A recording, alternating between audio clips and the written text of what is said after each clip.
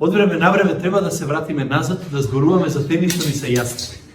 И од време на време е убаво да се вратиме на тема за која ќе речеме ова ми е мене јасно, ова не е нешто ново за мене, ова е нешто што сум го чул 100 пати до сега од црква. И најчесто мислам дека Никола тоа го кажа еднаш или некој гостговорник што имавме пред некое време.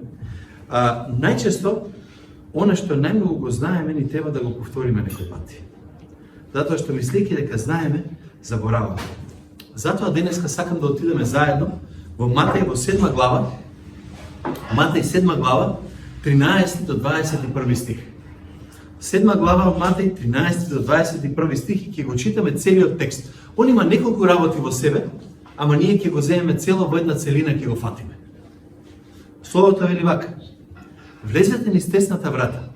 Оти широки се вратите и широк е патот што води кон пропаст.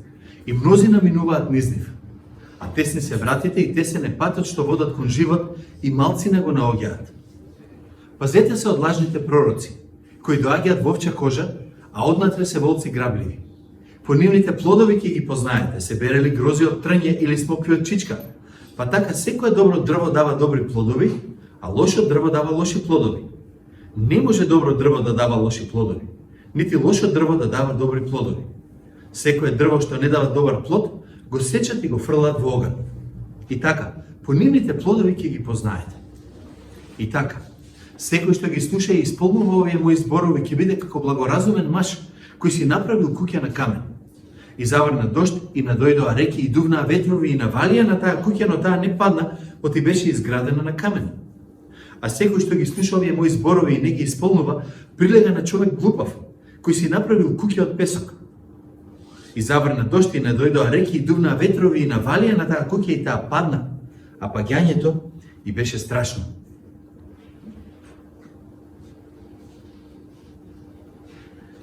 Ова е многу интересен текст затоа што е познат. Долги години сме го читале, сигурен сум дека кој да било што седнал и погледнал во Библијата, сигурно ги прочул овие работи.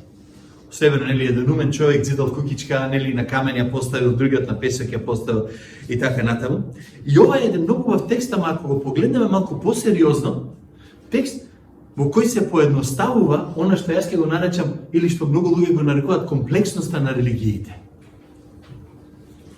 Бидејќи, ако земете некоја религија, сега не зборувам за вера, ако зборуваме за религија, чиста религиозност, ќе видите едно чудо комплексности. Во стилот, абе не е тоа баш така како ти што си го замислуваш. Не е тоа два збора кажи, не е тоа вака направи, онака направи. Тука си има цел систем. И многу религии денеска си имаат цели системи развиени. Затоа како да се дојде до него. Оние идеи на возвишена свест, оние идеи на просветленост, оние идеи како да растеш од едно во друго ниво на спознавање на вистината. Она сето што на времето се нарекуваше на гностицистичка филозофија, на гносис, знаење. Учителот знае повеќе од ученикот, па сега ќе мора да поминува да медитира ученикот, додека дојде на некое ниво, од кое таму после ќе свати што е поентата на се она што се случува. Заборавете на тоа. Овде Господ вика една многу едноставна работа. Всушност вика целата комплексност на религијата, целата комплексност на сето она барање на Бог, ако сакате да го кажете, овде Исус го сведува во неколку стиха на многу прост и едноставен начин. И тоа вака. Вика постојат две религии.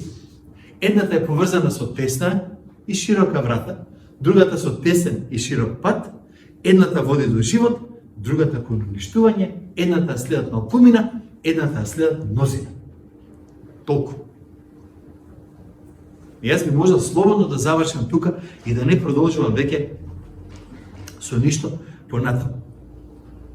Христос сушност вика вака. Или постојат само две религии и постојат само две можности. Има една вистинска вера и религија и се друго е лажно. Сега ова не е многу пријатно да се чуе во денешниот мултикултурен свет. Идејата е не може баш така. Па зошто па баш едното да биде добро, зошто баш едното да биде вистина? Сакам да ве потсетам на оно што го зборувавме, јас што го зборував претходниот пат. За вистината. Не може никој човек нормален денеска не може да каже дека постојат две вистини и да постојат истовремено на едно место. Невозможно е. Зошто е невозможно? Затоа што или едното е вистина, или другото е вистина. Ние не можеме да гледаме двајцата и јас и ти на една иста работа и да кажеме, ти викаш ова е лага, јас викам вистина и двата да сме во право. Знам дека денешниот свет вика секој си има право на своја вистина. Ама реалност е дека сите сакаат после на еден закон да се водат. Секој си има своја вистина, ако за мене во сообраќајот тоа значи така, тоаш не може полицаец да ми запре и да ми удри казна. Затоа што мојата вистина е дека возам 5 на сат. Он вика возиш 80 според радио. Не, мојата вистина кажува друго. Вика тоа е глупост. Стварно? А помала е глупост да кажеш дека и ова вистина се сосема исти? Или едно е вистина, или друго е лага. Не можеме. Вистината самата по себе е ексклузивна. Исклучува се друго освен себе. И тука Исус вели вака, ако сакате вистинска вера, има само една. Се останато е лажно. Што мислите ви? Во исламот, да кажем, луѓето мислат дека имаат лажна религија или викаат има уште една вистинска на една страна? Дури и источните религии, кои упорно тврдат дека се толку широки што може било кој да отиде, сепак ти вика да, ама на овој начин се прават работите. Кој си па ти да ми кажеш во цела таа твоја слобода и во тој пантеон на богови кој е вистинска? И јас имам вика еден вистински, ама има и други. Ми чека, извини.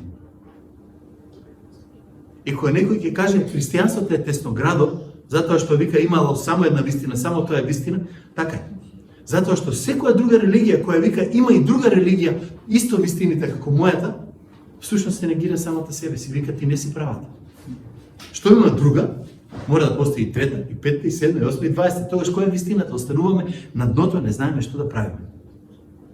Или како што еден автор вика, има многу верзии на лажните религии, но само една верзија на вистинската. Тоа е принципот. Тоа е она кој тука мораме да го разбереме и да го оставиме. Едната религија ја заработуваш само. Другата религија ти ја заработува друг. Тоа се изборите кои ги имаме и ништо повеќе и ништо помалку од тоа немаме. Знаете, во Евангелието во Матеј, таму во 9 глава, 16 и 17 стих, ни вели зашто никој од нив не крпи вика стара облека со нова крпа. Оти таа ќе се очи од старото и отворот ќе биде поголем, ниту пак се става ново вино во стари мевови, инаку мевовите ќе напукаат и виното ќе истече и мевовите ќе пропаднат. Туку ново вино се става во нови мевови, па така ќе се запази и едното и другото. Што е поентата? Ти не можеш да земеш некаква религија, не можеш да земеш нешто и да кажеш ова е супер, па ќе земам уште нешто од некој друг, па ќе земам уште нешто од некој трет, ќе си склопам една своја вера и религија, таа ќе биде вистинската.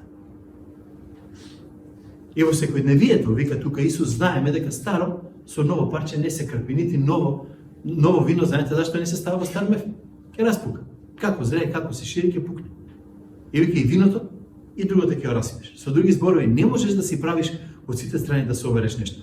Патем, апостолот Павле, кога беше во Рим, во Атина, кога зборува таму пред аеропагот, кога зборува пред луѓето кои се таму, вика, кој е овај, вика тука, што зборува со нас? И користата е многу интересен збор, мислам дека беше сперматологос, што значи, кој е овај што собрал од тука, од таму некои работи, па сега дошол од нас да не учи? Затоа што така беше нивното учење. Евреите што требаше да ја знаат вистината, па и они на таков систем оде. Тој рабин кажал ова, тој рабин кажал она, овој вака тумачал, оној вака тумачал, и дојде да имаат една Тора, да има еден голем закон друг од страна, паралелно напишан, и да се чудат после што да прават. И завршиха како лажна религија на крајот, затоа што вистината ја тргна на страна. Патем и во нашите христијански цркви се случува тоа, што ги зборуваме евангелско-протестантски цркви. Христијанство и тоа, христијанство и ова, јас вака мислам, јас онака мислам, и на крајот имаш религија која е се само не вистинската вера. И се чудиме како да се вратиме назад. Што да правиме? Вистинската религија, секој пати, религија кажувам сега за да користам зборот, после ќе почнам само вера да зборувам. Вистинската религија цело време ја покажува силата Божја во себе си. Другата религија ја покажува силата човечка преку себе си. Па и силата на сатаната од озгора, затоа што тој мора да биде позади. Интересно е дека во 13 и 14 стих, ако ги имате отворено в Библиите, тука нас ни зборува всушност за 4 контрасти. 2 врати, 2 пата, 2 дестинации, 2 групи. Не знам дали забележувате, ама Христос не дава трета алтернатива. Не вика, ако овие две не ви се во ред, најдете си средина, направете амалгам, нешто што ќе ве турне внатре, кај што ќе застанете. Ајде да започнеме од 2 врати. И не знам дали забележувате во текстот, ако малку внимавате кога ќе го погледнете, интересно е дека 2 врати се обележени со небо. Никаде тука не пишува дека едната врата пишува пат кон небото, на втората пишува пат кон пеколот. Никој не рекламира пекол. Никој не го рекламира пекол. Дојдете во пекол да се мачите за цела вечност. Дојдете во пекол каде што човекот страда, каде што црвот негов не умира, кај што вика Библијата, каде што цело време ќе се мачите. Слободно дојдете, бујрам, тука е за вас. Сте чуле такво нешто? Не. Пеколот никој никогаш не го рекламира. И затоа, кој ќе ги видите првите 2 врати, на двете пише небо. На двете пише одиме ние кај Господ. Така е. И лошата религија, и лажната религија, и најлошите религии, оние што луѓето се самоубиваа на крајот, што слушавме низ Америка, се сеќавате. Джим Джонс и многу други после него, што дојда. Никој не им кажа на луѓето, дојдете кај мене да умрете, да погинете тука, да отидете во вечна пропаст. И каже, дојдете, ќе направиме нешто и ќе отидеме сите на небото. Значи, кога некој ви проповеда дека ќе одите на небото, немојте да мислите дека ви ја кажа вистинската вера. Да видиме како, на кој начин и кој всушност ќе не однесе внатре. Тоа е многу, многу битна работа. Кај ќе завршиме? 2 врати. И патем, второто нешто е, има тука една заповед. Ка влезете. Заповедта е влези. Сега. Тука има повторно еден малечок проблем. Ако стојам така да кажам. Ние често пати викам, јас можам да стојам на средина, ќе рече некој, и не мора да влезам. Чекам да видам што ќе испадне, што е поано. Времето не можете да го сопрете. Не можете да застанете денес и кажете, јас ќе почекам година, 2 да видам што се случува. Времето си тече за секој од нас. Си тече.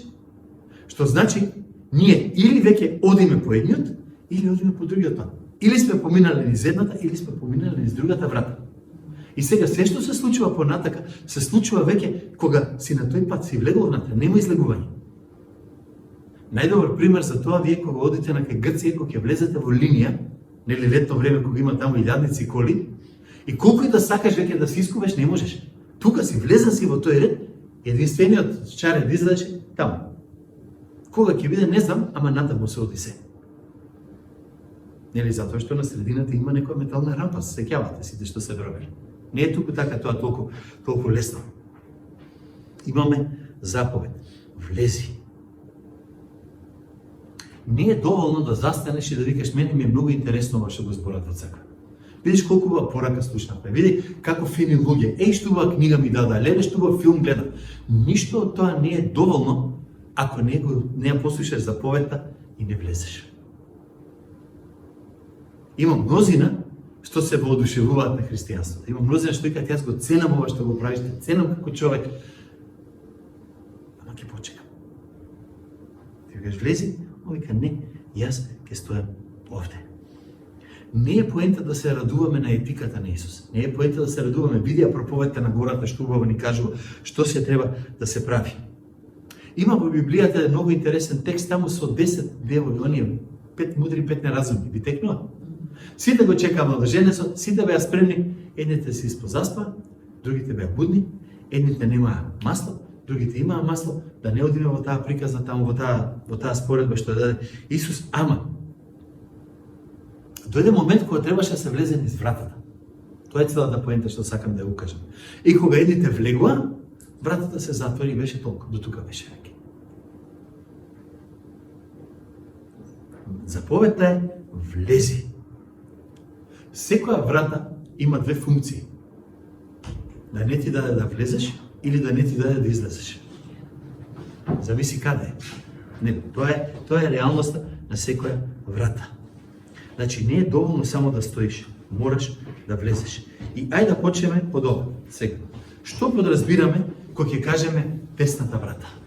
Влезете низ тесната врата. Па ќе речем, едноставни работи се, ќе ми извините што ги повторам. Знаете што е тесната врата? Евангелијето. Тоа е екстремно тесно. Вакво е. Вика, јас сум патот, вистината и животот. Тоа се Исусови зборови. Никој не доаѓа кај таткото, освен преку мене. Тоа кажа Господ. И вика, нема лево, нема десно. Нема друга можност. Нема друга алтернатива. Јас и никој друг. И сега, ако ќе дојдеме на јас и никој друг, тоа е тесно. Тоа е многу тесноградо нешто. Ама, Исус каже неколку работи за себе.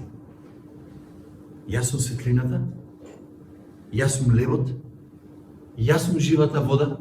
Сите тие работи ги наброи и ги каже со него, јас сум.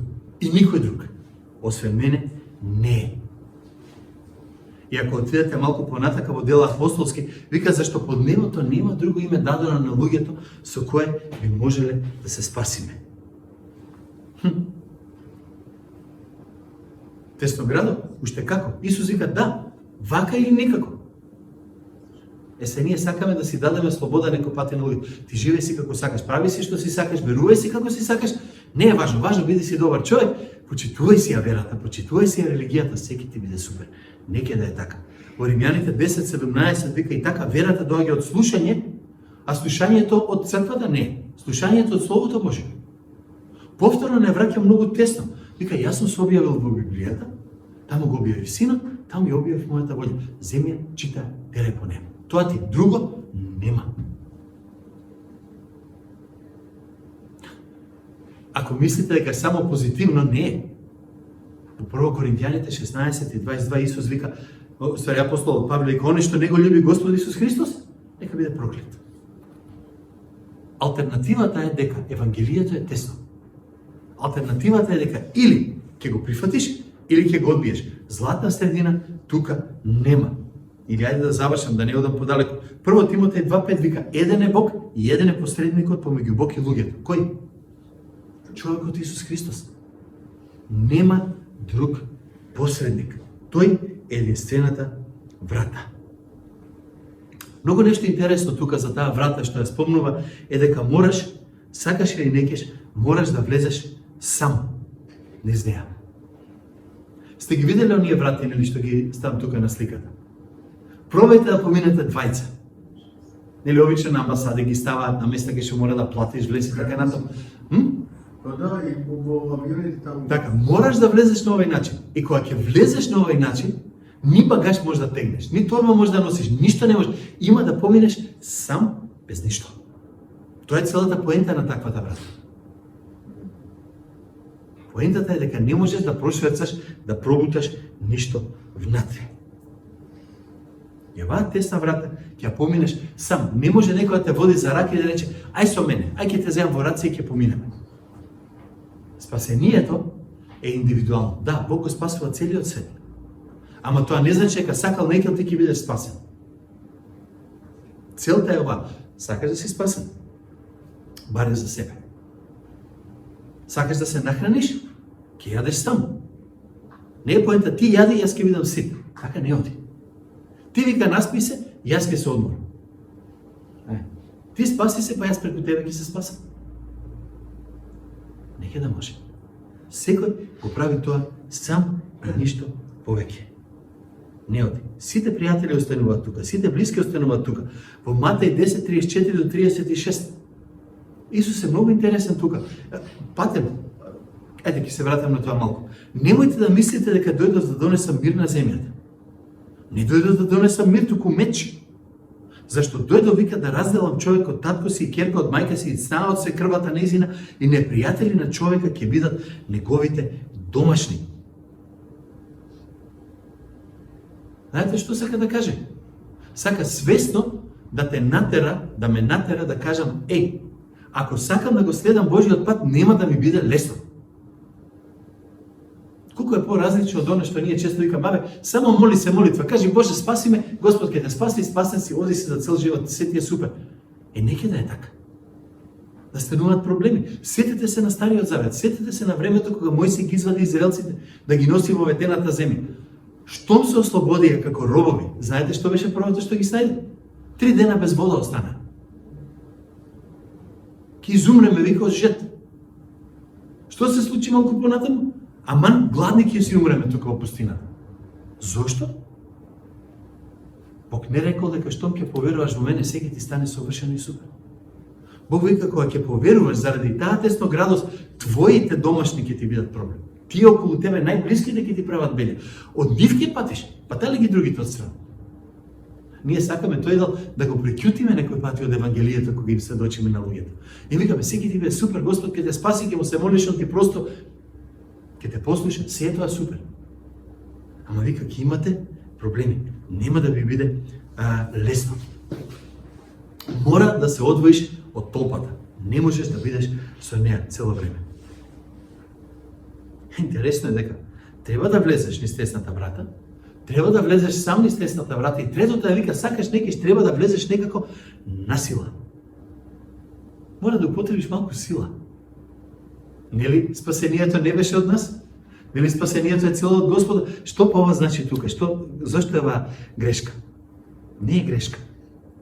Кога гледате многу пати луѓе, кога гледате често на телевизија некои христијански програми, серии или читате книги, знаете, кој ќе ви кажа, многу лесна работа. Само моли се, Боже, прости ми, Господ ќе ти прости, секи ти е супер, хајде замини си, терај си натаму. И после вика, јас се молев, ама ништо не се случи. А зашто се молеше, па што знам, тој кажа таму. Или тој се молеше за мене, па јас се спасив, или не знам си, што? Не изгледа многу тешко. Само моли се, биди папагал и готово. Не е лесно. Во стих 14 вика, малку мина го наоѓаат патот. Малцина е она текстот тука кај нашето го спомнува. Зошто е тешко да го најдеш? Оти е темно. Гревот ни ги затвори очите и не ни дава дозвола да можеме да влеземе и да го сватиме тоа. Зошто? Заради тие лажни учители во 15 и 20 стих за кој читавме, кои вика шират лаги и измами од себе. И вика, мораш да се тргнеш свесно од луѓето кои ти се најблиски некој пати за да поверуваш. Да не бидеш со цела толпа. Тоа е тешко. Треба волја, треба желба, треба да кажеш, мене ќе ми биде тешко, знам оти ова ќе ме боли, ама ќе го направам. Се принудувам себе си, не оти сакам. Кој е тој што вика, јас сакам Господи да поверувам во тебе за да бидам мачен, да страдам, да патам. Многу лоша теологија. Некој викат, јас ќе патам, нели, да ги добиам раните Христови. Не ќе може така. Христос си плати за гревот. Ние не можеме да го имитираме тоа. Ама мораме свесно да кажеме, да, јас те прифаќам, Господи, без разлика дали ќе ме боли, дали ќе биде тешко или ќе морам мака да трпам. Тоа е онаа насила за која тука самиот текст не зборува. И затоа во Лука 9:23 вика Исус, ако некој сака да врви по мене, гледате што вика, нека се одрече од себе, нека го земе крстот свој и да ходи по мене. Ова некој пати, јас неколку пати кажувам, можеби неќе треба да седнеме да зборуваме за ова, што значи да го земе човек својот крст. Често пати викаме, па јас си го носам крстот што ми ја даде. Не. Овде зборува за нешто за кое треба да изберам да го земам врз себе си. Ова не е нешто што ми се случило без да сакам. Ова не е ме удрило кола, останав инвалид, па сега ќе си го носам крстот. Не, јас не сум го земал сам, некој друг ми го наложи. Овде зборува за нешто друго, вика, Кима, сакаш да бидеш по мене. Прифати ги маките, страдањата, проблемите што ќе се случат како резултат на твојата доверба во мене. Тоа го кажувам тука. Треба комплетно да се дадеме. И интересно е во Матеј 11:12, интересна е ова изјава, вика, од деновите на Јован Крстител досега, Царството небесно насила се зема и силните го грабаат. Кај Јован Крстител одеа луѓе и требаше да признаат дека се грешни, да се покајат за својот греф и да кажат, Боже, прости ми, толку беше, до тука беше целата работа. Од сега натаму ќе ти слушам тебе. Замислете си вие човек по тоа време кој требаше да дојде кај Јован да се крсти. А Јован ги крштава за покаяние. Значи, ако сте биле голем фарисеј, паметен, чесен, висок, некој таму во свештеник, ајде, не е битно кој. одите кај тој непознат пророк таму во пустината, одите до реката Јордан после тоа, и свесно пред сите викате, јас сум грешник на кој му треба покаяние. Силните го грабат. Знаете колку волја треба да кажеш, јас ќе признам дека сум грешен? Колку волја треба за човек да каже, Боже, прости ми го мојот греф. Не прости ми да ти сме грешили, а прости ми конкретен греф. Многу, многу потешко. Најблиската работа со блиските ако сте направиле беља. Едно да кажеш прости, а друго да кажеш прости ми за. А вториот дел е малку по-комплициран, малку по-тежок тука. Потрудете се да влезете низ тесната врата. Исто. Зашто ви велам, мнозина ќе сакаат да влезат и не ќе можат. Сакаат луѓе да влезат на свој начин. Сакаат луѓе да си влезат по свој пат. Не можат. Или уште Лука 16:16. Законот и пророците беа до кој? До Јован вика. И од тогаш Царството Божјо се благовестува. Кој беше Царство Божие? Јас сум патот, вистината и животот. Се сеќавате на тој стих? И секој со усилие влегува во него. Со други зборови, не е тоа, абе бев на црква, замисли, излегов се спасив. Влегов и излегов спасен. Ме спаси умеѓу време. Не. Ќе биде свесно, ќе биде јавно и некој ќе мора да го направи тој напор да каже, Боже, прости. Боже, те молам дојди, да се понижи, да падне пред Господа и да го направи тоа што треба да го направи. Луѓето кои доаѓаат во царството, доаѓаат затоа што се очени, толку се очени, што се спремни да се откажат од себе и да кажат, Боже, ево, па ти се што сакаш веќе прави. Затоа е тешко, што вика Исус на фарисеите да влезат во Царството Небесно. Затоа е тешко на цркварите, што ги викаме ние, не фарисеи, црквари ги викаме. На луѓе што цел живот се од црква, ама никогаш не дошле да кажат, Боже, прости ми го грев. Тука, ама јас сум си тука, па белки човек ќе ми прости. Не ќе може така. Тоа е реалноста за која тука зборува овој текст. Спремни сме да го признаеме Исус како Господ, како Спасител, дека ние веќе му припаѓаме нему, а не на себе. Според Лука 14, тоа ќе се тие кои ќе речат, земи си го крстот, ако треба и животот, и одим. Значи, мора да влезеш низ тесната врата, мора да влезеш сам, мора да влезеш насила. Интересно е тука, вика, мора да влезеш гол. Ништо не можеш да понесеш друго со себе. Ништо во рацете. Имаме пример за тоа во Новиот Завет. Дојде еден богат, млад управник кај Исус и му рече, што да направам, Господи, за да добијам, за да наследам вечен живот. Проповедав за тоа, нема да одам. Прво, ништо не можеш да направиш за да наследиш. Ама второто, Исус вика, откажи се од богатството. Неоти богатите не влегуваат во Царството Небесно, да не се лаже. И неоти сиромавиот влегува само затоа што е сиромав поди на небото, далеко од тоа. Ама поентата е, ти не можеш да се надеваш на ништо што имаш во себе за да влезеш во Царството Небесно. Ништо твое нема да ти помогне да отидеш во Царството Небесно. Се што имаш ќе оставиш. Затоа во Матеј 19 беше тој проблем. Ако не се откажеш од се што имаш, не можеш да бидеш во Царството. Кога ќе поминеме, кога ќе влеземе низ таа врата, што ја покажав на слика, влегуваме без ништо. Доаѓаме и викаме, Господи, ево ти, тој сум, таков сум, ништо друго не објас. Тоа е всушност покаянието. Тоа за кое пак ја спомнам Лука 9:23, што вика, откажи се од себе, земи го крстот, тргни по мене. Сега, од друга страна може да избереш и широката врата. Правото на избор ни стои. Далеко од тоа дека не можеме. Се е дозволено. Нема тешкоти, нема само одрекување, дури може да се нарекуваш и христијанин, дури може да викаш дека си многу верен и посветен човек, а да бидеш на широкиот пат кој води кон пропаст. Зошто? Заради тоа што ти вика практично донеси со себе се. Гревот, толеранциите, се што имаш, донеси го, одиме сите заедно право напред. Немај гајде. Како сакаш, по твој пат, на твој начин, крајната дестинација ти е иста како вие тука што мислат дека со патење, со тесна врата, со тесен пат ќе стасат таму. Не ќе да е така. Зошто не може да биде така? Прво затоа што вистината е или вистина или не е вистина. Второто нешто е, ако јас влезам таков како што сум и ти влезеш таков како што си, која ќе биде разликата помеѓу небото и овде кај што живееме денес? Хајде кажете.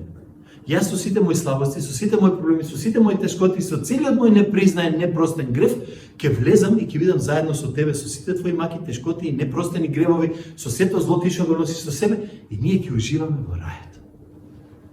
А ние пеколот од земјата го префрламе во пеколот на небото. Нема никаква разлика дали сме во пекол или во рај, затоа што себе си се носиме со себе. Истата мака што ја јадам тука, ќе ја јадам и на небото цела вечност с крајата. Ма тоа е реалност, ако кажеме секој може на свој начин да стигне во небото. Бидејќи тој што сака на свој начин да стигне до небото, не сака да каже јас сум крив, јас сум грешен или нешто друго. Тој бега од тоа. Интересно е, во Псалмот 1:6 вика, овој пат го нарекува патот на безбожникот. Не е таков патот на безбожникот, вика таму и оди. Добре.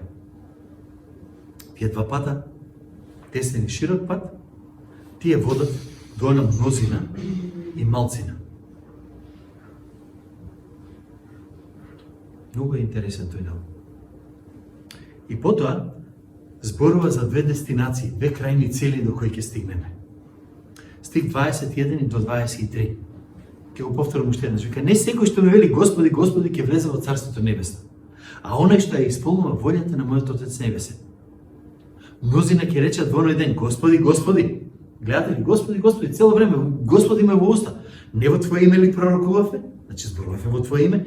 И зар во Твое име бесови не изгонувавме? Со други зборови сака да кажа дека чуда дори правеле. И не во Твое име ли многу чуда правевме? Ево го тука уште појасно. И тогаш јас ќе им кажам, никогаш не сум ме познавал. Бегајте од мене, вие кои правите незаконски дела. Неколку страшни работи има во овој текст. Првиот е она зборче мнозина. Мнозина ќе додат веќе ќе кажат, чека бе, Господи, зар ние не направивме некои работи во Твое име? Ние имаме денеска во светот организации, хуманитарни организации кои пред 2 години беа обвинети дека дел од парите кои ги добивале за хуманитарна работа, особено беше на Хаити, биле користени да си плаќаат луѓето кои работат во нив, да си плаќаат проститутки. Двете тие организации имаат христијански корени. Огромни организации.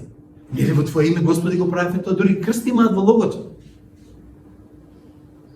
Мисле, Господ ќе каже, супер, свака част, 200 тона хуманитарна сте дали, доаѓаш на небото. 250 да имаш, уште ќе те ставиме повисоко на небото. Не. Кажува нешто друго, вика, не ве познавам. Зошто? Оти вршите незаконски дела. Поентата е оваа. Како ќе видиме дека човек е навистина Божи човек? Не врши незаконски дела. Не греши. Не оди по патот на безбожникот. Оди по тесниот пат. Не оди по целиот пат како сите што одат таму и таму сум и јас. Па сега каде сите ќе завршат таму? Јас белки Господ ќе ме спаси, имам добри намери. Па луѓето го разбрале тоа, викаат патот до пеколот е поплачен со добри намери. Луѓето што не веруваат во Бог, па го тврдат истото. Свесни се дека не може туку така ти да стасаш таму кај што ти треба тебе. И вика има мнозина. И цело време Господи, Господи, Господи. Крајот на тој пат е судијата вика крив. Ама како крив, гледај што се сум направил. Вика не ме интересира што си направил. Мене ми е битно по кој пат си одел цело време дека тоа го правеше. Ама гледаш убаво возев, не го прекршив законот, возев точно по лимитот, не сгазив никој. Сега не стасав кај што оде, во друга држава, сумам што има веза. Па има веза. Целта е да стасаш таму каде што Бог рекол дека треба да бидеш, да поминеш целиот живот понатаму. И знаете, некој вака напишал, пак еден цитат ќе ви прочитам, вика, тоа е врховната измама на лажната религија. Ти проповедаш, го напаѓаш демек царството на темнината, правиш чуда во името на Господ, а тој не те познава. Зошто? Затоа што тоа не се знаците на вистинската вера. Знаците на вистинската вера се послушност и праведност. Послушност на Божиот збор, праведност која може да ја добиеме само преку прифаќање на тоа што Христос го направил за нас. Не моја праведност. Знаете што вика Библијата? Секоја моја праведност е како валкана облека. Значи, не мојата праведност таа што ќе во нас, Христовата праведност. Или што значи тоа по-нашки? Бутнати сме на тесниот пат. Или преку него, или никако поинаку. Инаку на крајот ќе го чуеме она. Бегајте од мене, вие, кои вие, што правите нечесни дела. Страшно работа. Твојата исповед вика не вреди. И јас мислам дека во Божите очи ова е уште полошо богохулство, отколку оне на улица таму што го пцуе Господ, заради тоа што овој вика дека јас сум верник, дека јас во името на Господа зборувам, во името профетеот точно тоа значи, дека зборувам во името на Господа. Или кога јас зборувам во името на Господа, зборувам лажни работи за Господ. Јас сум лажен, тешко си ми мене. И тогаш доаѓаме на крајот до 24 и 27 стих. Вика, и така секој што ги слуша и исполнува мои зборови, ќе биде како благоразумен маж кој си направил куќа на камен. Забележете ја прогресијата тука што е интересна, вистинската праведност. Слушаш, поверуваш и ќе послушаш. Не е само слушам, поверував и правам што сакам. Слушам, поверувам и правам како што треба. И кога ќе го направам тоа, заврна дожд, дојдоа реки, дувнаа ветрови, навалија на таа куќа, но таа не падна, оти беше изградена од камен. Да беше новиот завет пишуван денеска, да Исус да беше, ќе речеше имаше луѓе во Турција кои си ставаа железо во зградите, кои си ги направија по сите планови и прописи, и оние што си ги направија на начин на кој многу заработија, ама кога затресе малку, што се случи? Забележам. Хаос наоколу и стои зграда. Потекнува? Какви беа сликите? Уште не се свежи. Катастрофална, страшна работа. Вика, не падна, зошто? Оти беше изградена од камен. Интересно е дека двете куќи не можеш да ги разликуваш една од друга. Всушност, изгледа, ако погледнете текстот, дека беа двете на исто место, во иста населба во градот, може да кажеме, и иста бура ги закачи. Не беше оваа беше полоша бура, овој беше полош земјотрес, овој беше послаб земјотрес. Не, се им беше апсолутно исто.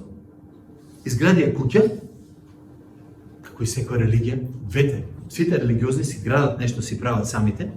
Очигледно е дека изгледа од ист материјал граделе, бидејќи никој не забележал, нели да каже, ова твојата е поразлична од оваа. Се изгледало супер на прв поглед. Од надвор се изгледа прекрасно.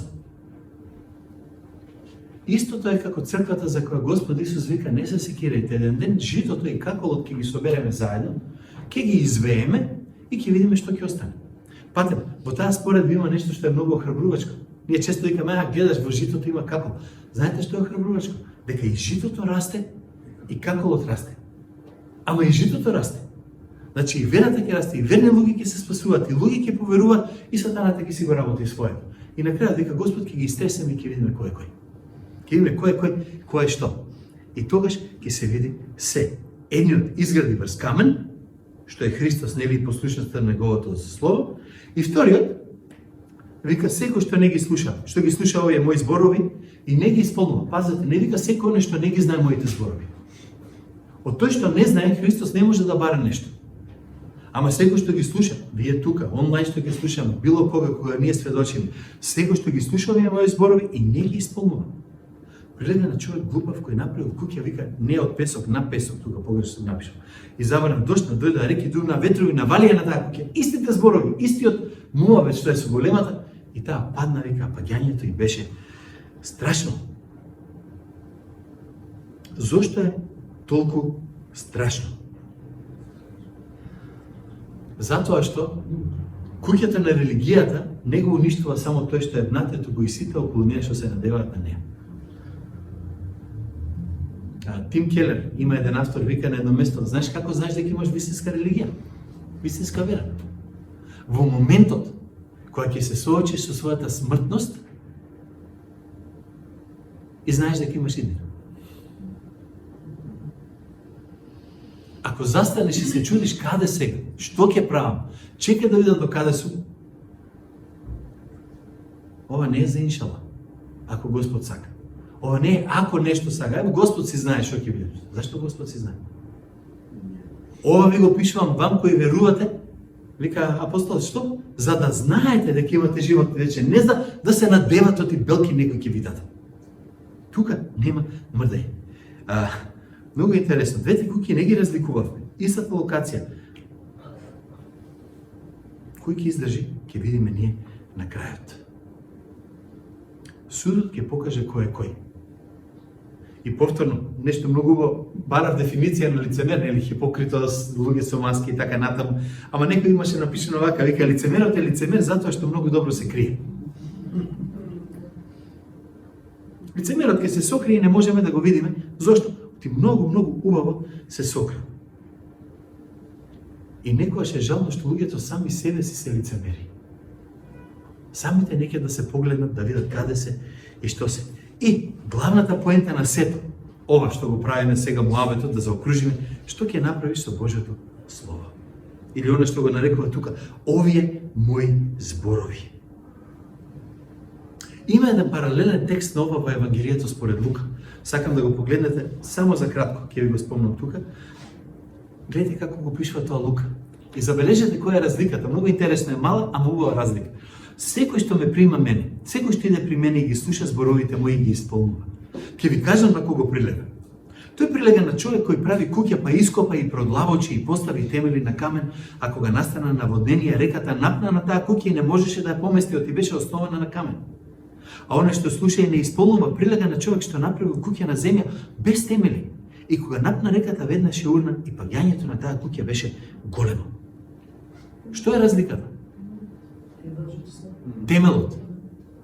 Ама забележувате ли како се поставува темелот?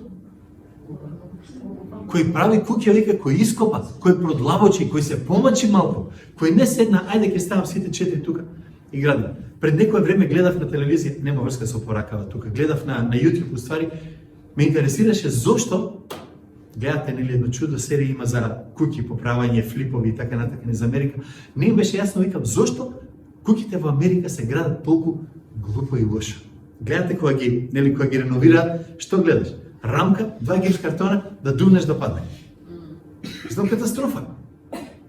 Затоа што вика после Втората светска војна толку многу се бараа куќи, што луѓето измислија начин да се склопи да се постави куќа за многу брзо време, за недела до 2 недели да се стави куќа на место. И од тогаш им остана најде ќе градиме куќи што колку траат после ќе именува. Библијата вика не е тоа поентата. Поентата е ќе прокопаш, ќе поработиш, ќе се помачиш, ако сакаш да стои и да трае. Това е многу интересно. Не е ова само да го ставиме и да си повториме молитва.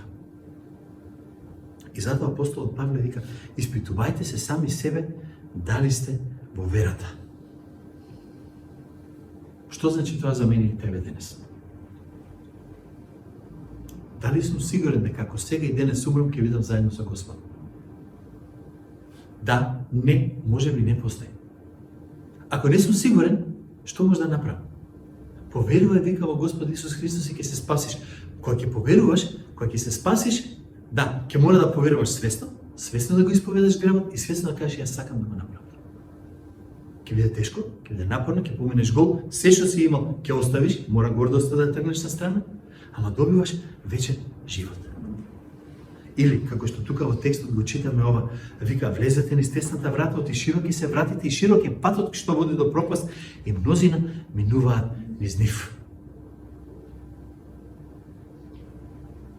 Ќе се испитаме самите себе си. Може би си бил во црква, може би сме цело време во црква, ама не сме седнали да кажеме што ќе правиме со ова. Дали ќе го прифатам стварно за мене или ќе го дадам, ајде што сака нека биде. Да влеземе низ тесната врата, да одиме на тесниот пат. Имаме човек таму кој не води, имаме кој ќе не однесе до крај. Ама одлуката мора да биде наша. Нема на сила да го направи тоа за нас.